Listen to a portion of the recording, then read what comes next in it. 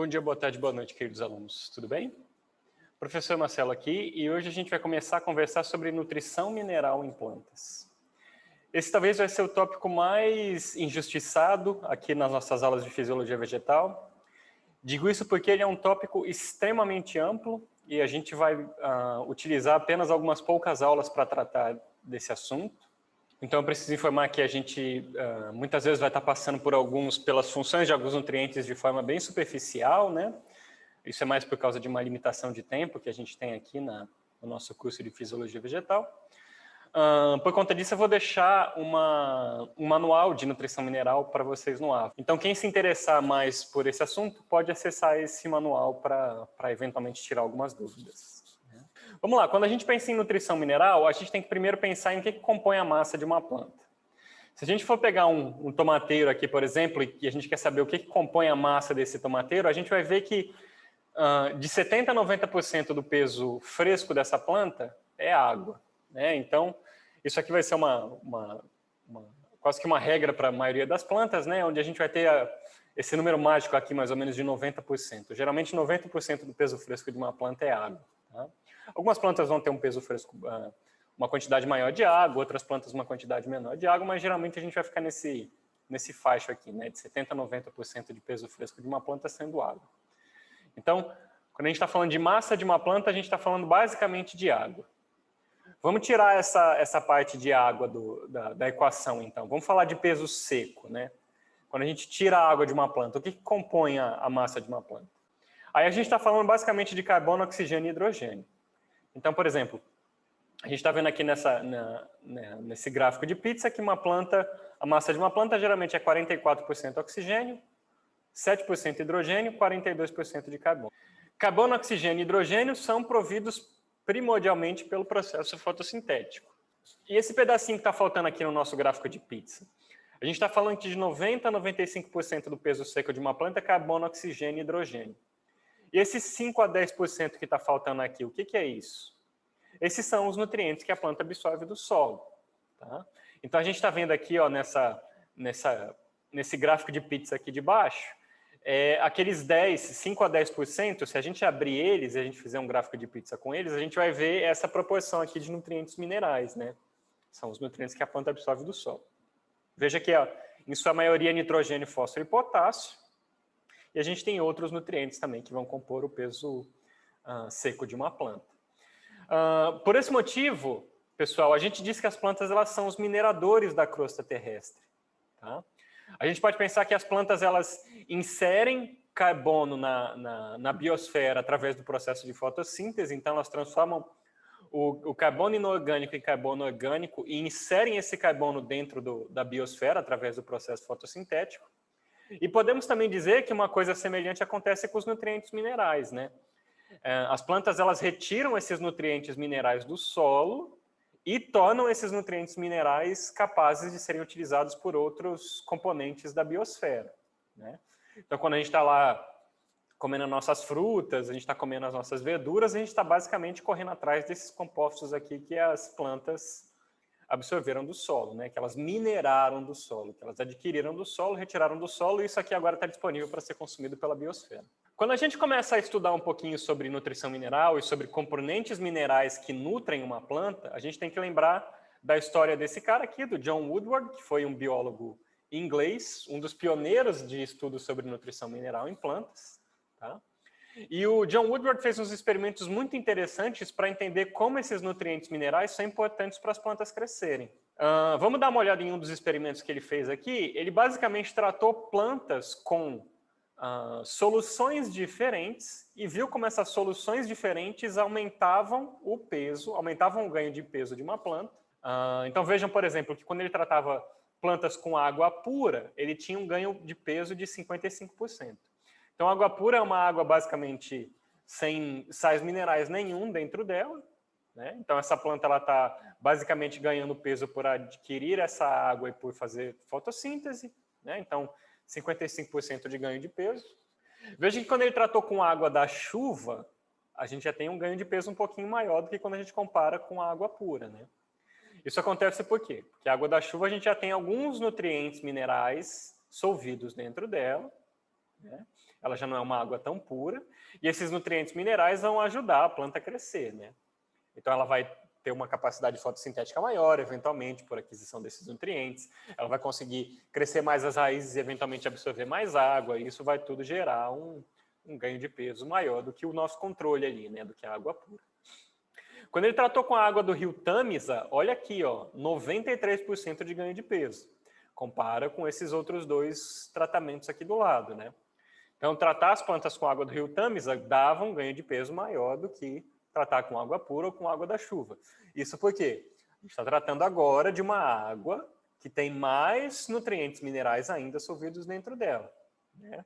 Provavelmente tenha muitos nutrientes orgânicos dentro dessa água também, né? Então, tudo isso vai trazer um benefício, então, de ganho de peso para a planta.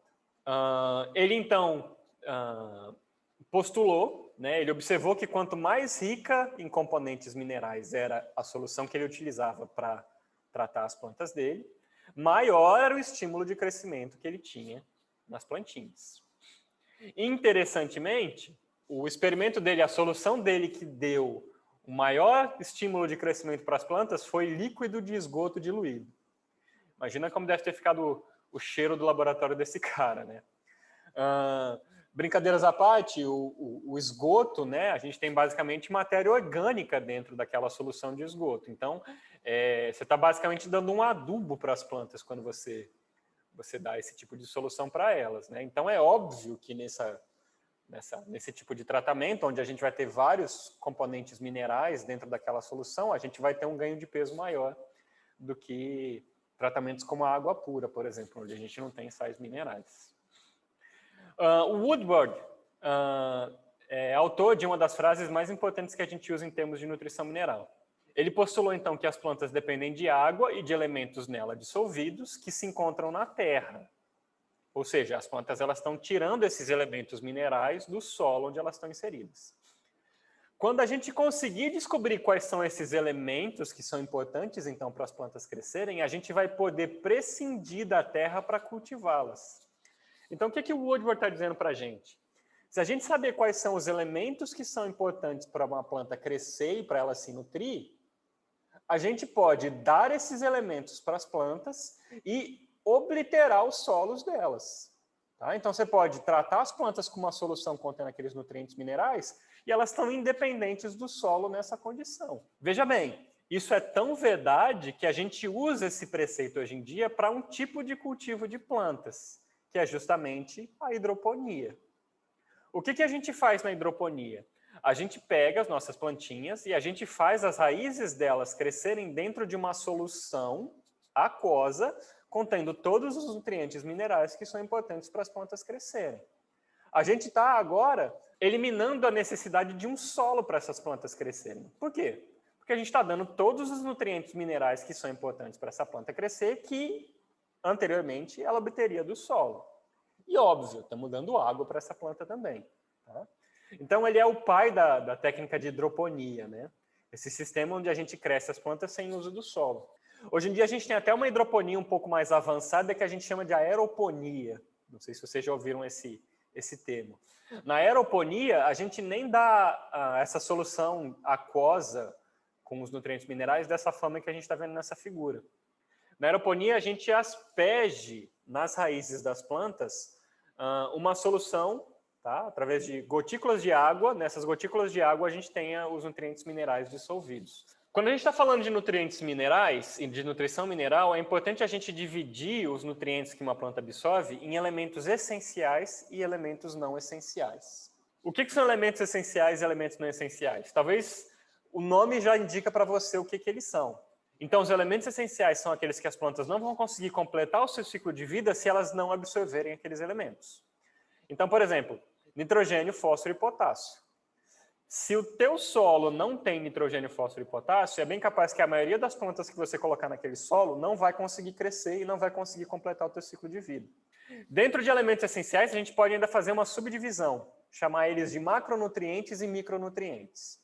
Macronutrientes são aqueles elementos que as plantas precisam em grandes quantidades, então de 1 a 20 miligramas por grama de peso seco. Alguns exemplos, o nitrogênio, fósforo e potássio.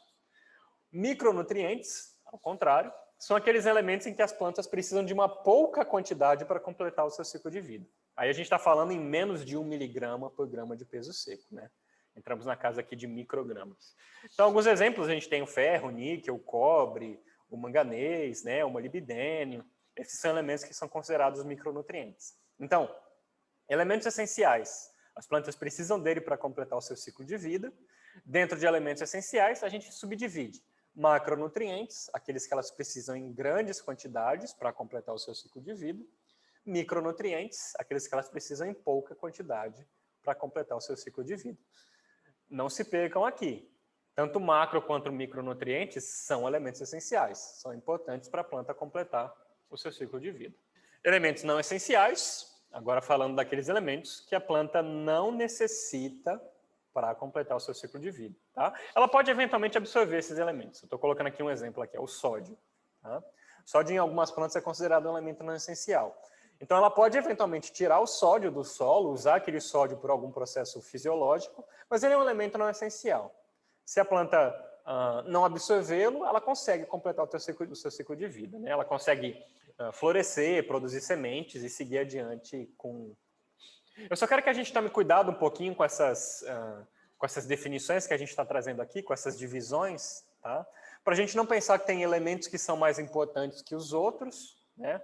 Isso basicamente que a gente está falando de elementos essenciais. Então, a gente vai ver já se um elemento está faltando naquele nosso solo, aquele elemento que está faltando vai ser o principal causador de problemas no crescimento da nossa planta, independente se ele for um macro ou um micronutriente.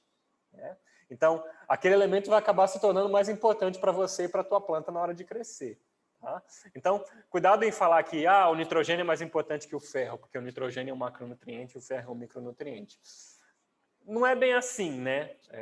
A gente tem que tomar cuidado com essas medidas e com essas definições. Então, num solo que está faltando ferro, o ferro acaba se tornando o elemento mais importante ali para a tua produtividade ali. Tá? Então, a gente não está falando de elementos que são mais ou menos importantes. Vamos só colocar na nossa cabeça o que está em negrito aqui, ó. Tá? Esses elementos eles são essenciais, né? E eles são necessários em quantidades diferentes. Tá? E essas definições de elementos essenciais e não essenciais, e macro e micronutrientes, vai variar de espécie para espécie. Tá? Às vezes, em algumas espécies, a gente vai ter elementos que são considerados não essenciais para uma espécie X, que são considerados essenciais para a espécie Y. Aqui na nossa aula de nutrição mineral, a gente não trata de carbono, hidrogênio e oxigênio. Por quê? Porque esses são absorvidos por processo fotossintético e por aquisição de água do solo. Então, a gente não trata carbono, hidrogênio e oxigênio como elementos advindos de nutrição mineral ou nutrientes minerais. Tá bom? Então, não vou passar para o carbono, hidrogênio e oxigênio aqui nessa aula, isso vai ficar lá para as aulas de fotossíntese e respiração que a gente já viu aqui no curso. Quando a gente trata de nutrição mineral, a gente tem que ter na nossa cabeça o que a gente chama da lei do mínimo. Essa lei, então, foi estabelecida pelo esse biólogo alemão chamado de Karl Sprengel, tá? E ela indica para a gente que o desenvolvimento de uma planta ela é dada pelo nutriente de fornecimento mais deficitário. O que a gente quer dizer com essa lei? Que quando você está num ambiente onde você tem a falta de nutrientes minerais, o desenvolvimento da sua planta vai ser limitado justamente por aquele nutriente que estiver sendo fornecido de forma mais deficitária ou de forma mais precária. Imagina que a gente tem aqui um barril de madeira, tá? E as toras desse barril de madeira são os nutrientes minerais. Tá? Então, cada torinha aqui é um nutriente mineral. Então, você tem aqui, por exemplo, lá atrás, o sódio, o boro, o enxofre, o cobre, o zinco, fósforo, cálcio, magnésio, nitrogênio. Aqui, cada tora é um elemento mineral. Tá? Aí você veja que essas toras elas têm tamanhos diferentes. O que esses tamanhos diferentes estão indicando para você? A concentração do nutriente no nosso solo. Tá? Então, nesse solo fictício aqui, a gente tem menos nitrogênio do que a gente tem de magnésio. A torinha do nitrogênio está menor do que a tora do magnésio. Tá? Quando a gente enche esse barril de água, o que vai determinar o quanto que a gente consegue encher? Quanto de água que a gente vai conseguir colocar? Justamente a tora menor. A tora do caso aqui, do nitrogênio. Então, se você encher esse barril de água, até onde ele vai encher? Até aqui, a tora do nitrogênio. Acima disso, ele começa a vazar por aqui, que nem na figurinha que a gente está vendo. O que essa analogia está dizendo para a gente? A tua planta, ela vai conseguir crescer nesse solo até onde o nitrogênio limitar ela. Adianta eu dar mais magnésio para a minha planta para fazer ela crescer num solo onde a gente tem falta de nitrogênio? Não adianta. Nesse caso, você estaria aumentando aqui, ó, a tora do magnésio, mas você continuaria com o problema do nitrogênio. O que isso indica para você é que num solo com problema de nitrogênio, é justamente aquele nitrogênio que vai causar problema de desenvolvimento na tua planta. Se você aumentar a concentração de nitrogênio até um máximo aqui, ó, e agora a barra mais baixa começar a ser a do magnésio, você vai ter que começar a tratar agora a tua planta com magnésio. Então, sempre que a gente for tratar de nutrição mineral, é até importante a gente fazer uma análise de solo, para entender qual é o nutriente que está faltando naquele solo. Para a gente não acabar, sei lá, investindo uma grana infinita em magnésio, quando o problema é um pouquinho de nitrogênio a mais que você deveria ter colocado naquele solo. Então, se o crescimento de uma planta está sendo limitado pelo nutriente, não adianta você vir dar outro nutriente para tentar acelerar o crescimento daquela planta. Isso não vai acontecer. Vamos dar uma olhada nesse gráfico aqui para a gente entender como é que a concentração de nutrientes vão limitar o nosso desenvolvimento. Aqui no nosso eixo Y a gente vai ter crescimento ou produtividade em relação à porcentagem do máximo. E aqui a concentração de nutrientes que a gente tem no nosso tecido. Aí a gente então, ó, à medida que a gente vai aumentando a concentração daquele nutriente, a gente está falando aqui de nutriente essencial, tá? À medida que a gente vai aumentando a concentração daquele nutriente, a gente vai aumentando o crescimento ou a produtividade, até a gente chegar quase no máximo do que aquela planta consegue fazer, que aquela planta consegue crescer, o que ela consegue produzir. Tá? Isso aqui é o que a gente chama de zona de deficiência em nutrição mineral. Por que zona de deficiência? Porque se você tirar nutrientes dessa planta, ou se ela tiver uma condição de deficiência de nutrientes, a gente tem impacto em crescimento e produtividade, né? Então, nesse caso aqui, quando a gente está dentro da zona de deficiência, a gente tem uma relação direta entre o aumento da concentração de nutrientes num solo e num tecido e o crescimento ou a produtividade. Aí o cara vai e começa a atacar um monte de nutriente naquele solo, né? Aí ele sai dessa zona de deficiência e ele entra num platô aqui, ó. Né? Nesse platô não adianta mais você ficar dando nutrientes para a planta, porque ela já atingiu quase que o máximo ali, né? A gente chama isso aqui de zona adequada, onde a concentração de nutrientes que você tem ali no solo e na tua planta está ideal para ela ter o máximo de crescimento ao máximo de produtividade, né? Em termos agronômicos, onde é que realmente é o adequado? É aqui nesse comecinho aqui do platô, né? Porque você está gastando dinheiro, obviamente, dando esses nutrientes para suas plantas se você está pensando no ambiente agronômico, né? Então, se você der essa concentração aqui, ó, é a mesma coisa que você der essa concentração aqui em termos de produtividade. Então, é melhor você usar a concentração mais baixa aqui dentro da zona adequada, né? Então, aqui a gente tem o que a gente chama de concentração crítica. O que é concentração crítica? É a concentração onde você sai da zona de deficiência e entra na zona adequada, né? É aquela concentração específica onde você não tem mais deficiência de crescimento na tua planta. E se eu continuar atacando nutrientes na minha planta, o que vai acontecer? Você vai ter, então, começar a ter um problema, né, de toxicidez aqui, ó, que a gente chama de zona de toxicidez. É tanto nutriente que você deu ali para a tua planta que você está começando a salgar aquele solo. Tá? Então, aquele solo começa a interferir no crescimento da planta, no desenvolvimento daquela planta, e você começa a ter um impacto agora negativo em termos de crescimento e produtividade. Por isso que eu gosto de trazer sempre essa frase aqui, a gente vai ver mais ela lá no módulo 3. Ó. A diferença entre um remédio e veneno é apenas a dose do composto, a concentração do composto. Ou seja, se a gente olhar para essa curva de nutriente aqui, pouco nutriente está trazendo problema para a tua planta. Aí você dá um pouquinhozinho daquele nutriente a mais, você já entra numa zona adequada. Só que não adianta você aumentar essa concentração que você pode trazer toxicidez. Tá? Então, quando a gente está falando de nutrição mineral, cuidado com não ter o nutriente e cuidado com ter em demasia. Esses dois problemas podem causar situações adversas para uma planta. Como é que seria essa curva para um elemento não essencial?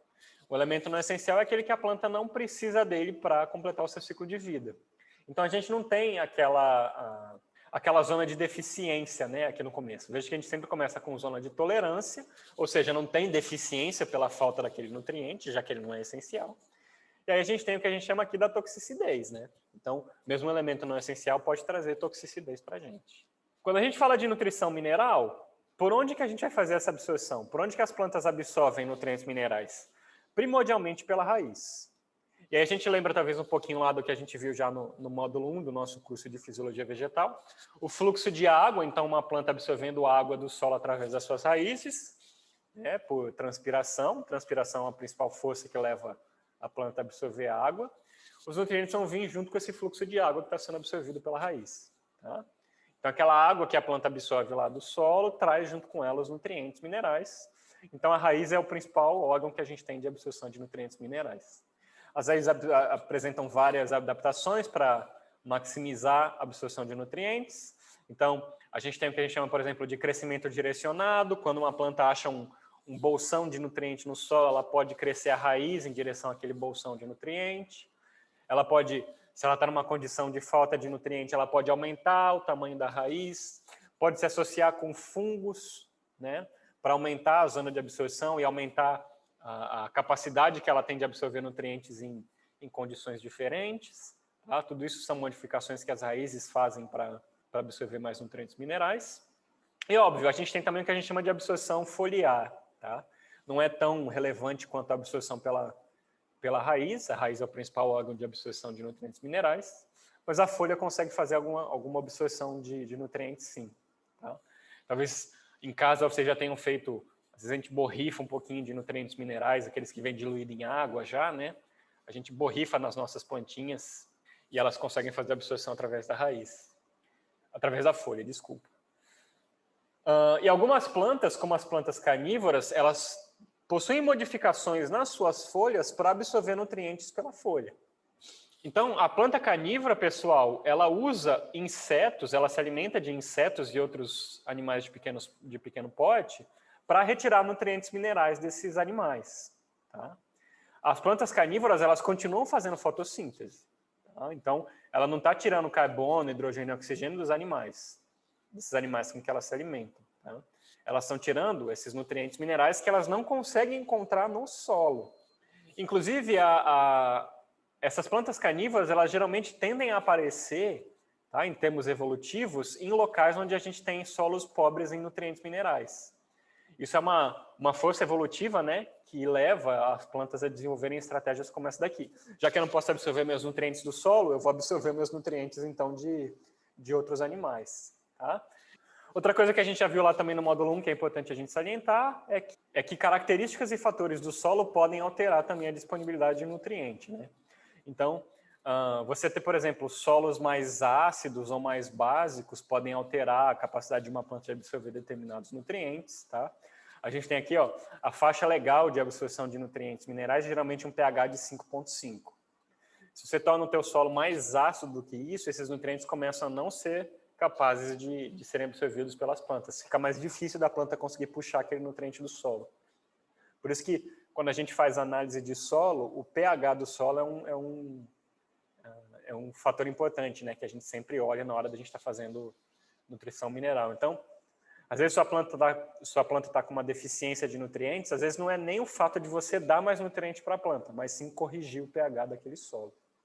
A maioria dos nutrientes minerais, pessoal, eles são absorvidos na forma de cátions ou de ânions, ou seja, eles são carregados, eles têm carga.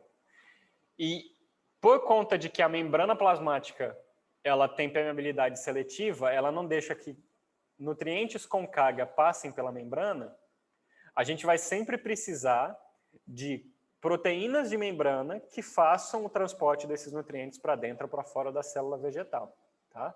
Então, a maioria dos nutrientes vai necessitar de proteínas específicas para levar esses nutrientes por entre a membrana. Uma regra básica que é importante a gente ter na nossa mente, antes da gente começar a falar sobre deficiência de nutrientes numa planta, é o fator da mobilidade desses nutrientes. Alguns nutrientes eles conseguem se mover muito facilmente pela planta e outros nem tanto. O que a gente tem que saber a respeito disso? Quando uma planta está em deficiência de nutrientes, ela tende a empurrar esses poucos nutrientes que ela tem para os tecidos mais importantes.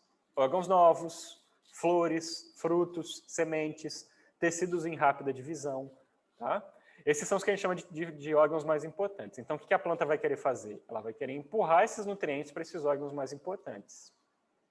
Só que alguns nutrientes, como a gente já falou ali um pouquinho antes, eles não são móveis. Ou seja, se a disponibilidade de um determinado nutriente for escasso, a planta vai tentar alocar o que for disponível para esses órgãos mais importantes. Nesse sentido, vem a regra da mobilidade. Um nutriente como o nitrogênio, que é um nutriente extremamente móvel, ele vai ser alocado então para os tecidos mais novos, tá? Para os tecidos mais importantes. Nesse sentido, a falta de nitrogênio vai ser visto primeiro nos tecidos mais velhos, nos menos importantes para a planta. Então, quando a gente está em falta de um deficiente que é extremamente móvel, a gente vê primeiro o problema daquele nutriente acontecendo nas folhas mais velhas da planta, nos órgãos mais velhos da planta. A recíproca é verdadeira. Se você tem um nutriente que não é muito móvel, você vai começar a ver a deficiência daquele nutriente primeiro nos órgãos mais novos. Por quê? Porque aqueles órgãos estão em taxa de divisão muito ampla e eles precisam daquele nutriente. Já que eles não têm e a planta não consegue remobilizar aquele nutriente para os órgãos mais novos, a gente vai começar a ver esse problema nos órgãos mais novos. Tá? Então, no caso de um nutriente extremamente móvel, os sintomas vão aparecer primeiro nas folhas velhas ou nos órgãos mais velhos. No caso de um nutriente pouco móvel, os sintomas aparecem primeiro nos órgãos mais novos. Aqui alguns elementos que a gente considera móveis, se movem facilmente no floema, né? A planta consegue realocar ele facilmente, e aqui do outro lado, aqui na direita, elementos de baixa mobilidade. Tá? Então, ó, elementos móveis, geralmente a gente vê sintomas de deficiência nos órgãos mais velhos. Tá? Então, por exemplo, aqui, ó, isso aqui é uma planta com deficiência, um feijão com deficiência de nitrogênio. A gente vê ó, a folha mais velha amarelando, tá? E a folha mais nova mais verdinha. A planta realocou o nitrogênio para a folha mais nova e a folha mais velha está sentindo. Aqui a gente está vendo agora ó, uma deficiência de cálcio. Cálcio é um elemento sem muita mobilidade, ele não é um elemento muito móvel. Então, órgãos mais novos, uma folha mais nova, um fruto, vão apresentar sintomas de deficiência. Essa regra é muito importante para a gente entender o que está faltando de nutriente na nossa plantinha. Então, no nosso próximo vídeo, a gente começa a tratar de deficiências e função de nutrientes numa planta. Tá? A gente vai começar a entender o que acontece com uma plantinha quando você tem falta de um determinado nutriente. Para o nosso próximo vídeo, eu vou focar nos 3 nutrientes mais relevantes que a gente tem limitando o crescimento de plantas de importância agronômica, que é o nitrogênio, o fósforo e o potássio, ou o famoso NPK, né? Vocês talvez já tenham ouvido falar do fertilizante, né? O NPK, é justamente nitrogênio, fósforo e potássio. Eu vejo vocês no próximo vídeo. Tchau, tchau.